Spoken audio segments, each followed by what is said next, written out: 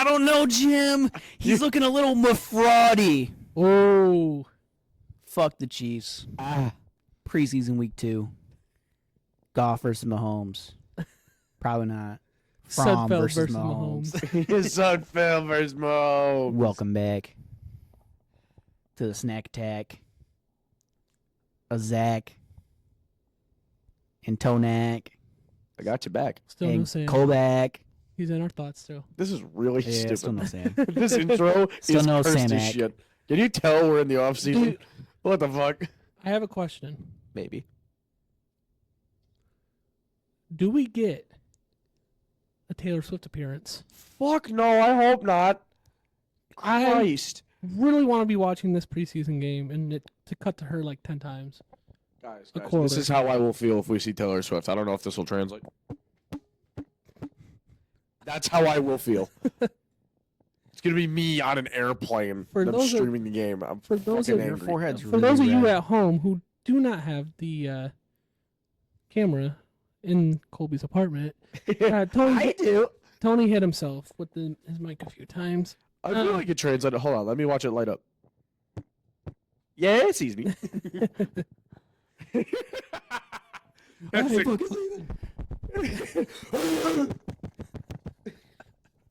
Guys, we're fucking stupid. Well, wait, what was this episode about again?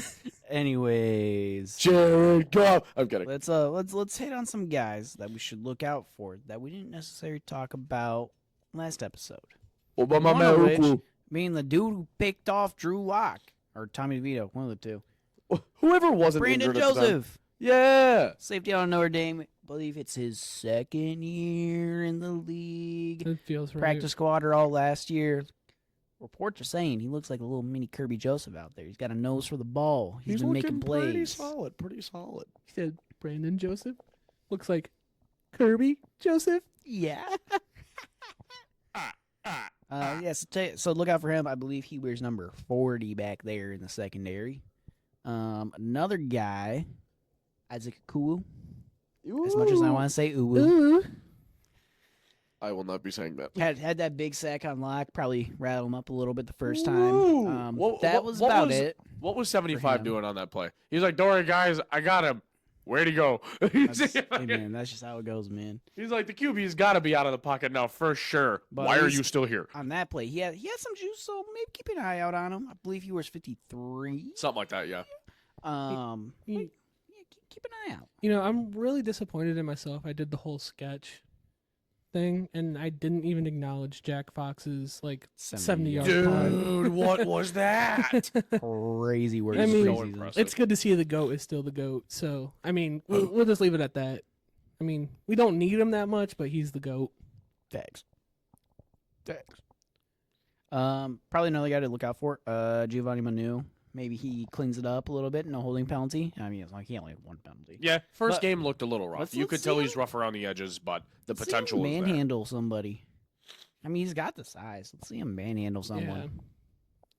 Yeah.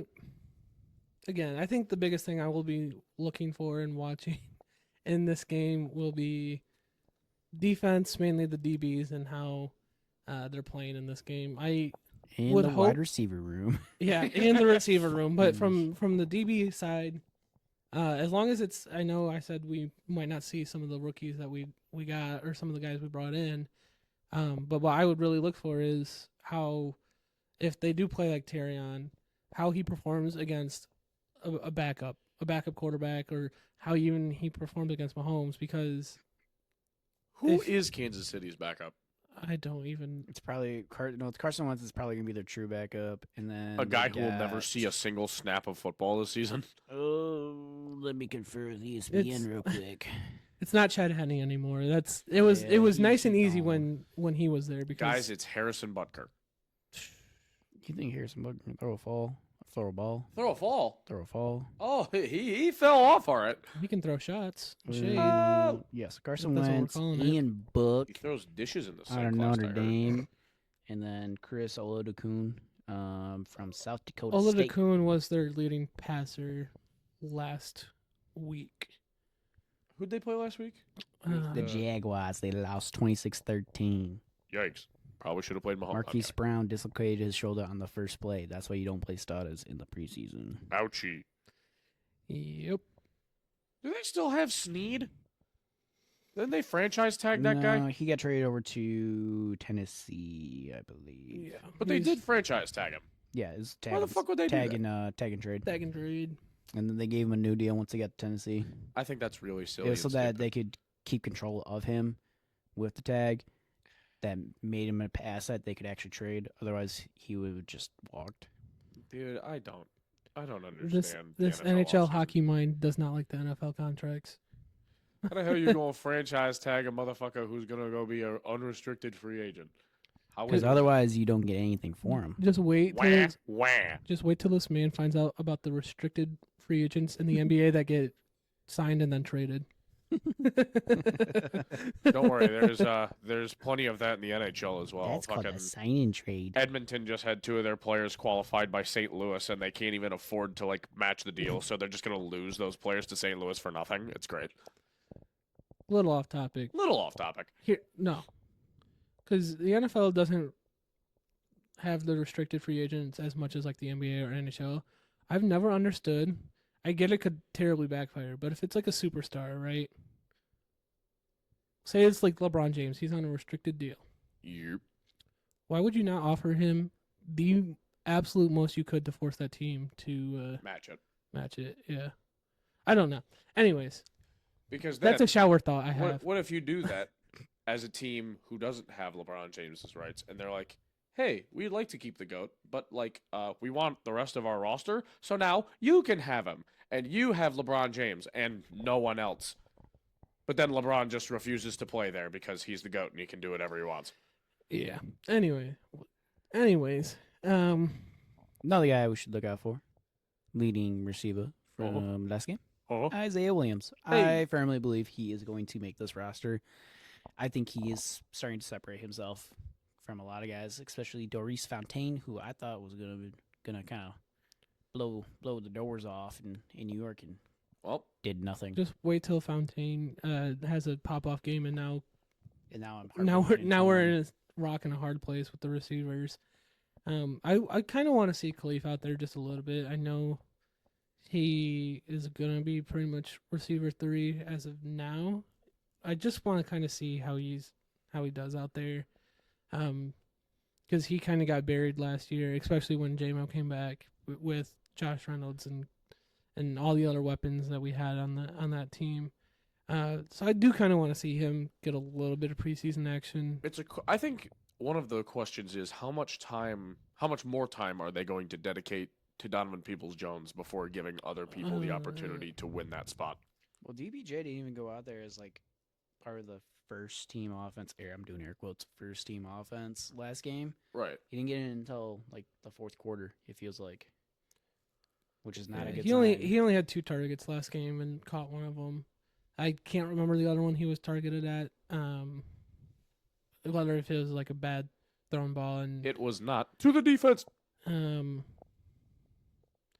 yeah, the issue with I think Khalif and why they are hesitant to make him the official receiver 3 is because he is not what this offense needs. Because I mean you got J-Mo. you got J-Mo and the speed guy, and Slot guy Khalif is St. a He's a slot, he's St. Brown, but slightly faster. Yeah. And not as crisp with his routes. so we Not as need good with we his hands. we need a big physical guy to go out there, and it'd be nice if DPJ could step up into that role, but I don't know. What's the tight end situation looking like? Laporta right as the backup, and it's a battle between James Mitchell, Shane Gilstra. I forgot we have and Brock Wright the again. I forgot we Jesse- extended him. Or, the Hesse guy. I forget his first name. Yeah, tight end room's gonna pretty much look the same as it did last year. Fuck, Wright and Laporta looked good together. I'm Parker Hesse, that's his name. not upset with any of that. Yeah, and James Mitchell has always been a nice third tight end to always have. Just has not developed his game. No, like we he would've thought hasn't. would.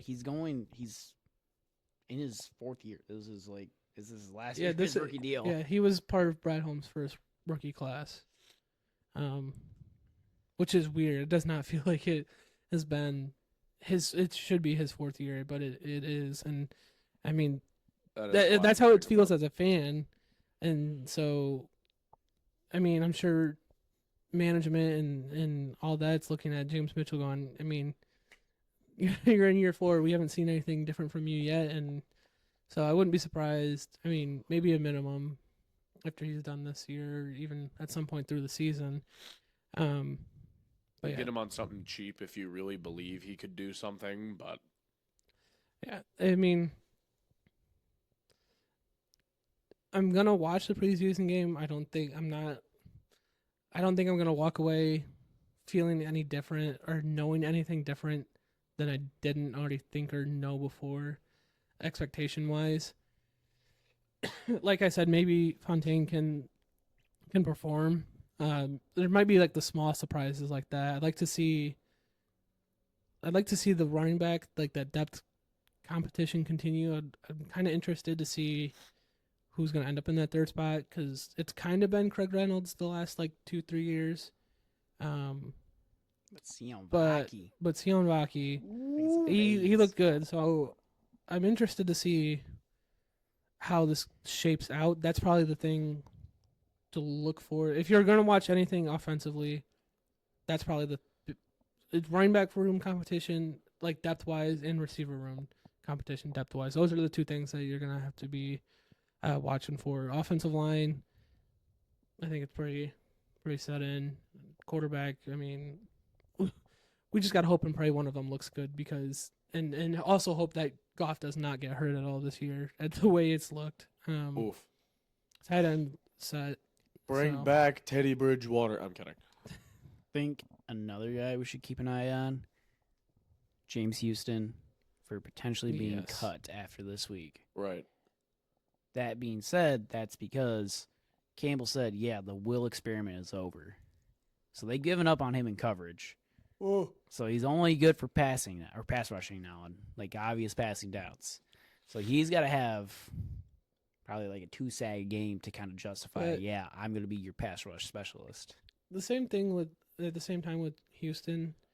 I don't know. I might still be stuck up on his rookie year and remembering him in that way, but I think it's worth keeping Houston, in my opinion, because it not just obviously it helps to have an extra edge rusher, but to keep the rotation in. But I still think there's something there with him, like potential wise. Not like he's going to be a superstar, but I think there's a solid role player right there that is just, there's something that hasn't clicked yet, or it didn't click last season, and clearly has not clicked so far. It couldn't really click last season when you got a broken leg for most of the season because you're out in coverage when you never should have been. Yeah.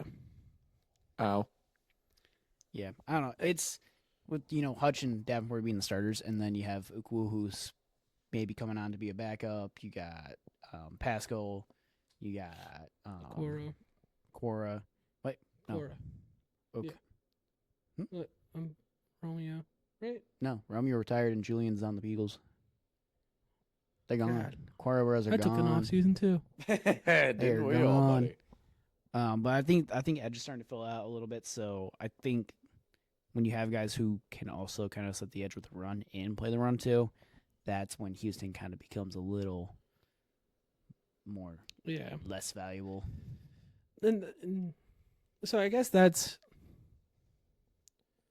I don't know if he needs 2 sacks, because those are more of the passing down situations. I think he needs to look better on the run, more so than he does against the pass. Has to look like a complete edge.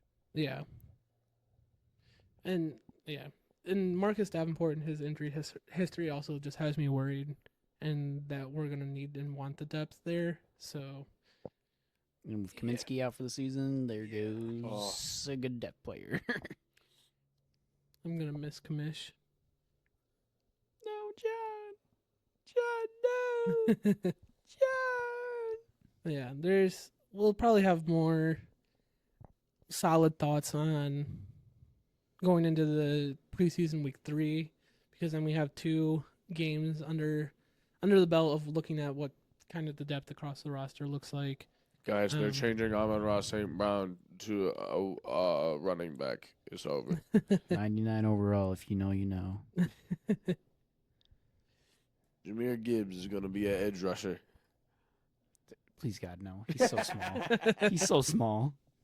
He would be. He's so tiny. He just clings onto your back like a spider monkey. He just wraps around the quarterback. Come here, you! Oh, he's got to get past the 350-pound lineman in his weight first. Yeah, slip through his legs. Yeah, he was about to say. Just small. Figure it out. Yeah, it's all fun and games when he tries to dive under the offensive lineman's legs, and the offensive lineman just goes, "Oh well," and just falls right on Pancakes top of him. him. Either that or you catch a stray foot to the helmet. Just gunk. What's his vertical? Could he jump over somebody? Not somebody who's like 6'7". Yeah, he could do it. That's a little too tall. He's not Simone Biles. You want to bet? Yes, absolutely. I want to bet that Simone Biles can jump higher than Jahmyr Gibbs can. Man, somebody signed her to a contract. Who needs Dude, she takes one hit, she's done. No, what you have, you sign her. If you hit her, No. she's too fat. What you do is you sign her and you just put her out there on field goal block and just have her jump over. Yes, That's a penalty now. Troy Special Polamalu teams. and Bobby Wagner ruined that for all of us. special teams, man, special teams. Yeah, I don't know if we have too much more to talk about regarding preseason week 2. I hate In Kansas. Kansas City. City. There wasn't much week 1, so there's not a ton we can really Gesundheit. There's not really a whole lot we can kind of No. look at and be like, well, look for this in week 2. It's mainly just, hey, Guys, These look for few the guys guys to make throw the plays. football. yeah, these few guys make plays. So guys who didn't make plays, see if they continue next time on Dragon Ball Z. Same time, same channel. Sion Vaki's having a 3-touchdown game. Calling it. That'd be beautiful. I'd lose my mind.